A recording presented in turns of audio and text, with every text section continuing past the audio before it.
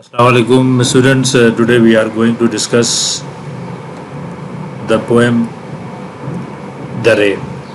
So it's a renowned and famous poem written by W.H. Davis. So W.H. Davis is a renowned poet of past, and he basically started his life as a paddler.